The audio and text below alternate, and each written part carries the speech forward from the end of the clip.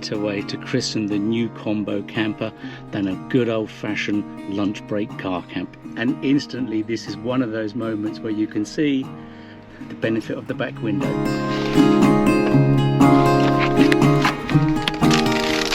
So I could have actually done a car camp last night. This is the train station where you've seen me before, but because the blackouts still aren't ready yet, I wouldn't have felt particularly confident car camping in such a way that people would have clearly seen my lights.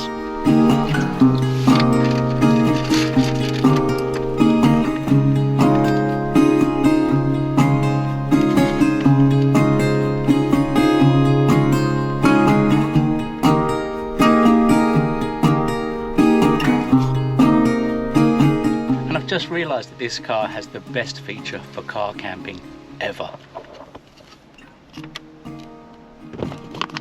A pot noodle holder. And you can totally now appreciate how good these flat spaces are. They are absolutely enormous.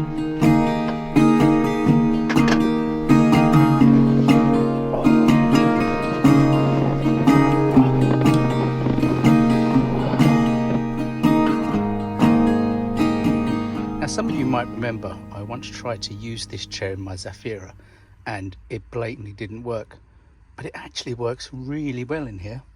It fits, it's comfortable, and it just hides away in the corner. So I think this might become my new car camping chair. And as you can probably tell, I'm using a single airbed in here at the minute, and it actually works really well because it does naturally combat that little raised lip. So this isn't the permanent option, this is just literally a temporary thing that I know I can use. It works, it's comfortable, and there's masses of room for it now.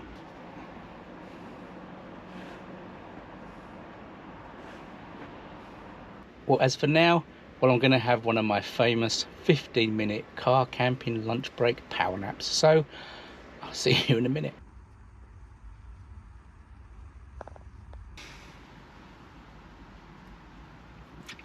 Well, and with that, I'm afraid, lunch break is over.